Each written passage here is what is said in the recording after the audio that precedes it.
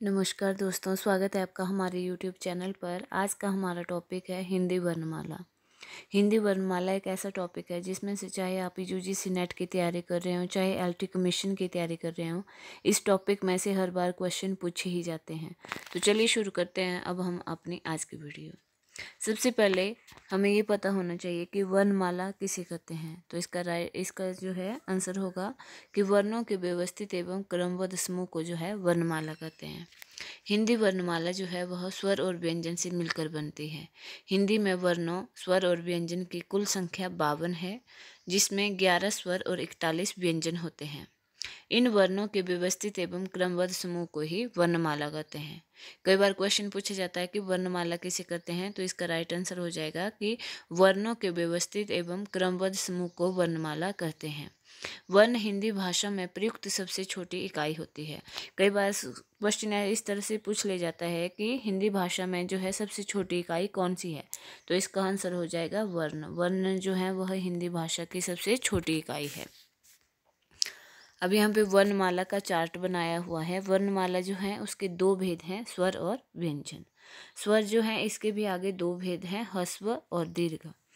ह्रस्व में आगे अ, ई, उ और री। ह्रस्व स्वर वो होते हैं जिनको बोलने में कम समय लगता है, और ये कितने वर्ण हैं? 4 वर्ण हैं। अब आगे यहाँ पे आगे दीर्घ। दीर्घ में आ जाते हैं आ, ई, उ, ए, ओ, औ।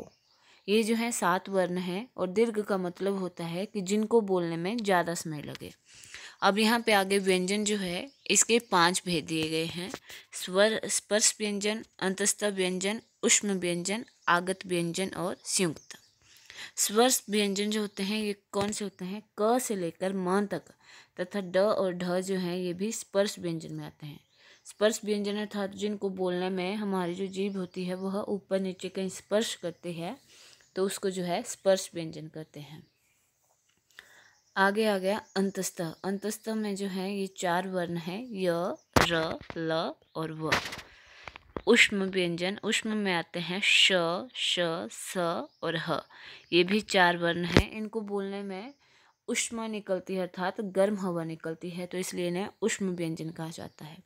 आगे है आगत। आगत में आ गया ज और फ जो है यह आगत व्यंजन है। नेक्स्ट है संयुक्त व्यंजन, जो अन्य वर्णों की सहायता से मिलकर बनने होते हैं, उन्हें संयुक्त वर्ण कहते हैं, जैसे क्ष, त्र, ज्ञ और श।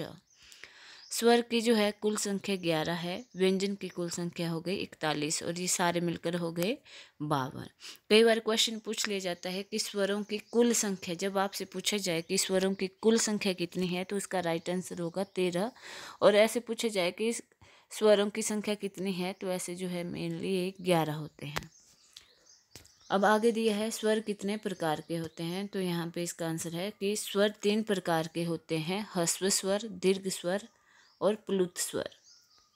ह्रस्व स्वर जो हैं जिन स्वरों के उच्चारण में कम समय लगता है उन्हें ह्रस्व स्वर कहते हैं, और दीर्घ स्वर होते हैं जिन स्वरों के उच्चारण में ह्रस्व स्वरों से अधिक समय लगता है उन्हें दीर्घ स्वर कहते हैं। प्लुत स्वर होते हैं कि जिन स्वरों के उच्चारण में ह्रस्व स्वरों से लगभग 3 गुना अधिक समय लगता है उन्हें प्लुत स्वर कहते हैं, जैसे ओम। नेक्स्ट है स्वरों की संख्या जो है 11 है, अ, ई, उ, री, आ, ई, उ, ए, ओ। ह्रस्व स्वरों की कुल संख्या 4 है, जिनमें ये अ, ई, उ और री आते हैं। दीर्घ स्वरों की कुल संख्या 7 है, आ, ई, उ, ए, ओ। कई बार क्वेश्चन पूछा जाता है कि मात्रा कैसे करते हैं, तो स्वरों के निश्चित चिन्हों को क्या कहते हैं? उन्हें मात्रा कहा जाता है। आगे दिया गया है कि व्यंजन कितने प्रकार के होते हैं, तो पीछे मैंने आप लोगों को बताया। वैसे तो व्यंजन जो है मेनली वो 3 प्रकार के होते हैं, स्पर्श व्यंजन, अंतस्थ व्यंजन और ऊष्म व्यंजन। पर इसमें ये 2 और दिए हैं, जैसे आगत व्यंजन और संयुक्त व्यंजन। व्यंजनों की कुल संख्या जो है वह 41 है। स्पर्श व्यंजनों की कुल संख्या 27 है, जिसमें जो है क, ख से लेकर जो है म तक, तथा इसमें जो है ड और ढ को भी जोड़ दिया है। इन्हें जो है उत्क्षिप्त व्यंजन कहते हैं। और द्विगुण व्यंजन भी, ये जो ड और ढ है इन्हें उत्क्षिप्त व्यंजन और द्विगुण व्यंजन भी कहा जाता है। अंतस्थ व्यंजनों की कुल संख्या जो है 4 है, य र ल व। ऊष्म व्यंजनों की कुल संख्या भी 4 है, श श स और ह। आगत व्यंजनों की कुल संख्या 2 है, जिसमें ज और फ आते हैं। संयुक्त व्यंजनों की कुल संख्या 4 है, जिसमें क्ष, त्र, ज्ञ और श है। ये क्ष जो है यह क और श के योग से मिलकर बना है, और त्र जो है यह त प्लस र से मिलकर बना है। ज्ञ जो है यह ज प्लस न से मिलकर बना है, और श जो है यह श प्लस र से मिलकर बना है।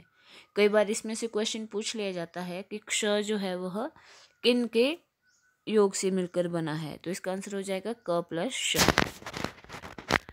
अब कई बार क्वेश्चन होता है कि अयोग्य भाव वर्ण कौन से होते हैं, तो अंग और आ जो है यह अयोग्य भाव वर्ण होते हैं, जिन्हें हम अनुस्वर और विसर्ग कहते हैं। अनुस्वर जो होता है कि जो स्वर के बाद बोला जाने वाला हलंत जो है, अर्धध्वनि जो होती है वह अनुस्वार कहलाती है, जैसे प्रपंच, कंठ, छंद आदि।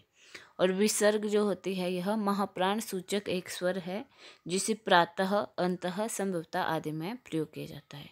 तो दोस्तों ये थी हमारी आज की वीडियो। अगर आप लोगों को यह अच्छी लगी हो तो प्लीज़ वीडियो को लाइक, शेयर और चैनल को सब्सक्राइब करना ना भूलें। धन्यवाद।